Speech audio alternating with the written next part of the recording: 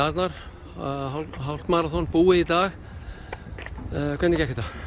Þetta gekk ekkert eitthvað sérstaklega vel sko. Ég fór á stað og það var svona allt í lagi, en síðan bara eftir svona 20 mínútur þá var ég bara svona að pæla hvort maður ætti bara að segja þetta gott í dag. En af því ég var með, ég og Baldvin og hlaupa bara saman, þannig ég ákvað bara að halda því áfram og þetta gæti allavega verið góð æfing. Síðan svona 11-12 km þá svona bara feelingurinn ekki góður og þú veist, ég svona læt hann, ég missa hann bara frá mér. En það svona alltaf svona, ég sé hann alltaf allan tíman. Ég er svona, ok, held alltaf áfram, ok, bara aðeins lengra, ætla alltaf að hlaupa út eftir í meðvindinum. Og svo út í meðvindinum, þá var ég bara að nálgast hann. Og síðan bara 2 km eftir, þá var ég bara eitthvað 6 sekúndum frá þeim, basically snúum á sama tíma. En þá átti hann eftir og gat keyrt aðeins á það í lokin. En ógeðslega skemmtilegt hlaup. Já. En ég hefði veit að ég ætti að geta hlaupið svona hraðar á venjulegum degi.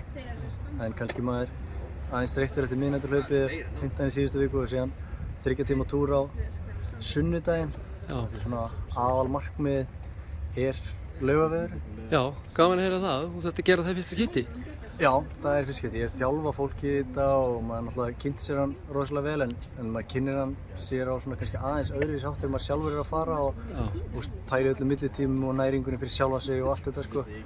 En það er rauninni allir svona undirbúningur fyrir það búið að ganga bara eiginlega fullkomlega. Ertu með einhver markmið þar eða eitthvað sem þú vilt segja eða ætlarðu bara svona láta feelingir á það? Já, það er bara eins og markmið, maður segir við alla sem er að fara laugina, það fer náttúrulega eftir bara veðri og vindum sko, hvaða markmið verður. Ef það verður, þú veist, þokkalega góðar aðstæður, þá náttúrulega langar mig að hlaupa undir 4 tíma. Já. Það er svona, það væri ógeðslega gaman.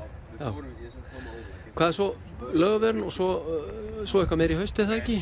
Já, þú veist, mér langar að hlaupa líka sko, maraþon, Reykjavík-maraþoninu, gera það á tvennu, en ég er svona þegar ég er með eitthvað svona stórt markmið þá sé ég ekkert annað en bara 16. júlí og síðan 17. júlí veit ég ekkert sko, hvað áttur að vera helst á baugi sko. Það er svona, þannig að þetta er smá óljóst hvað gerist eftir Laugaveginn sko. Já, það verður gaman að sjá þig í Laugaveginum og gangi þér bara rosalega vel. Takk fyrir það.